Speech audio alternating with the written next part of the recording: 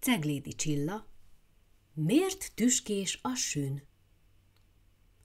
Tudtátok-e, hogy a kis sün bizony nem volt mindig tüskés?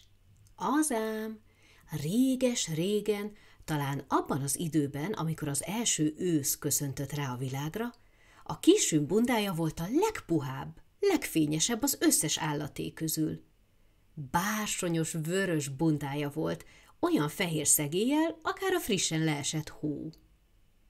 A kis sün nagyon szerette bundácskáját, és ezért féltette is, nehogy foltos legyen. Így, amikor eljött az ideje, hogy kitakarítsa az éléskamráját, kibújt a bundából, és gondosan felakasztotta egy faágra. Úgyis jó melegen süt ma a nap, legalább felfrissül a napsugaraktól, gondolta, majd trikóra vetközve a dolgára sietett. Sürgölődött, sepregetett, pakolgatott, közben pedig vígan fütyürészett. Észre sem vette, hogy Karmazsin Kornél a róka somfordált arra. A róka az orrát magasra tartva szimatolt, éles szemével pedig azonnal kiszúrta a bundácskát.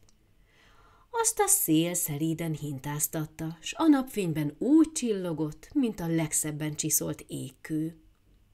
A róka végignézett saját satnya szürke bundáján, hiszen a rókák akkoriban mind olyat hordtak, és egyszeriben azt kívánta, bár csak az övé lehetne ez a gyönyörű kabát.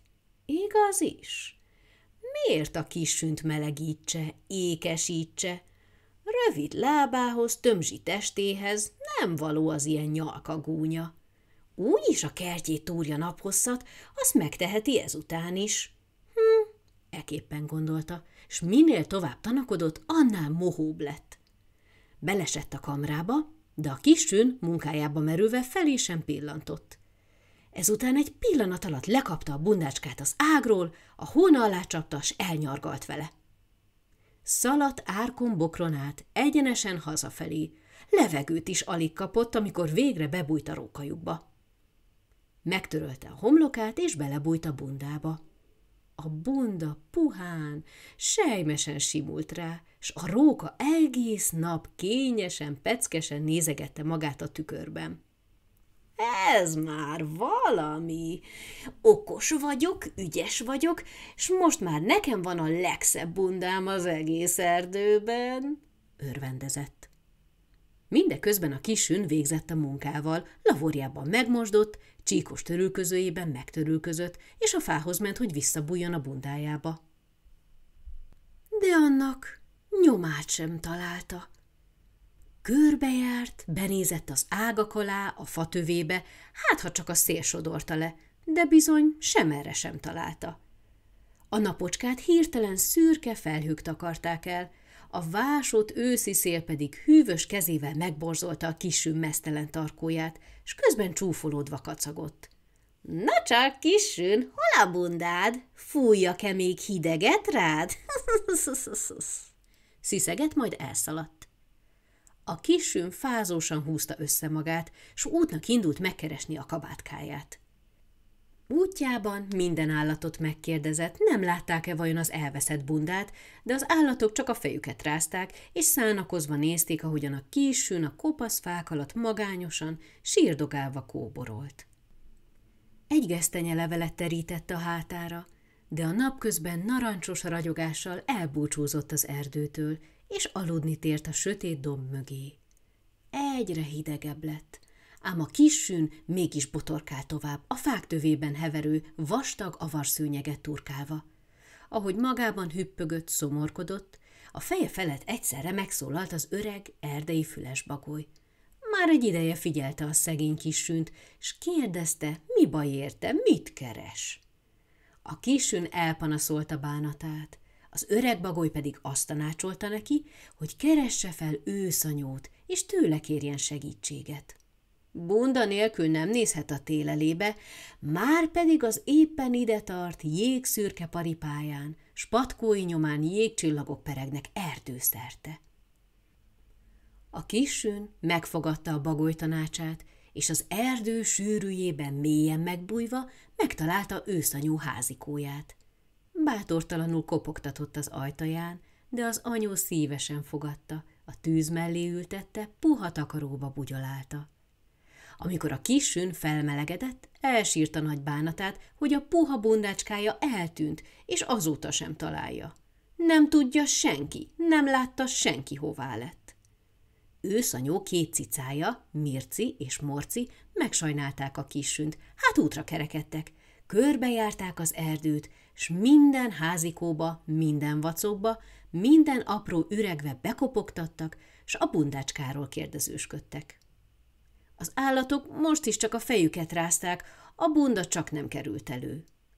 Jártukban eljutottak a rókajukig is, és amikor a rókának bekiáltottak, az először megijedt, de aztán arra gondolt, hogy biztosan nem tudják, hogy nála van a bunda, hiszen akkor nem kérdeznék, látta-e. Eszében sem volt visszaadni, ahhoz túlságosan szépnek találta magát benne. Panaszos hangon kiáltott ki a cicáknak. Jaj, bárcsak segíthetnék, de nagyon beteg vagyok, nem tudok ajtót nyitni. A fogam kocog, úgy fázom, dunna alatt reszketek, sopánkodott. A cicák tovább indultak, a róka pedig kihúzta magát a tükör előtt. Ugye milyen ravasz vagyok? Ezt megúsztam, többé senki sem veheti el tőlem a bundát, már az enyém, kiáltott, és kacagott, táncolt örömében. A cicák hazaértek, és beszámoltak őszanyónak mindarról, amit az erdőben intéztek. Őszanyó ekkor elővette minden tudótányérját, amibe, ha belepillantott, az megmutatta az igazságot. Rögvest meg is pillantotta benne az örvendező rókát, és azonnal tudta, hogy mit tegyen. A kis sünnek megígérte, hogy új bundát adományoz neki, s megkérdezte róla, hogy miért szeretne.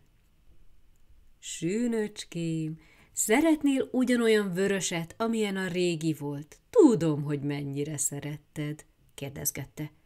A kis sün azonban a fejét rázta. Nem kérek vöröset, nem kérek puhát, kiáltott fel. Olyat adj nekem, anyó, ami többé senki nem vehet el tőlem. Nem bánom én, akármilyen is lesz az, kérlelte őszanyót. Ő pedig elővette a varázspálcáját, elmosolyodott, és a következő pillanatban varázslatos aranycsillogás borította el a szobát. Azon nyomban megjelent a kis sün hátán új, tüskés kabátja, amilyen rajta kívül senkinek nincs az erdőben, s amit rajta kívül senki nem érinthet meg. A kis sün vidáman rikkantott, és boldogan köszönte meg őszanyó ajándékát. Az anyu azonban még nem végzett. Varázspálcáját 2-szer megforgatta az igazmondó tányér felett, amelyben a táncikáló rókát látta, s lássatok csodát! A vörös bunda a rókán ragadt úgy, hogy többé soha nem tudta levetni.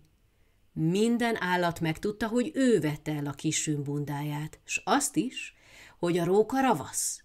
Nem hittek többé a szavának.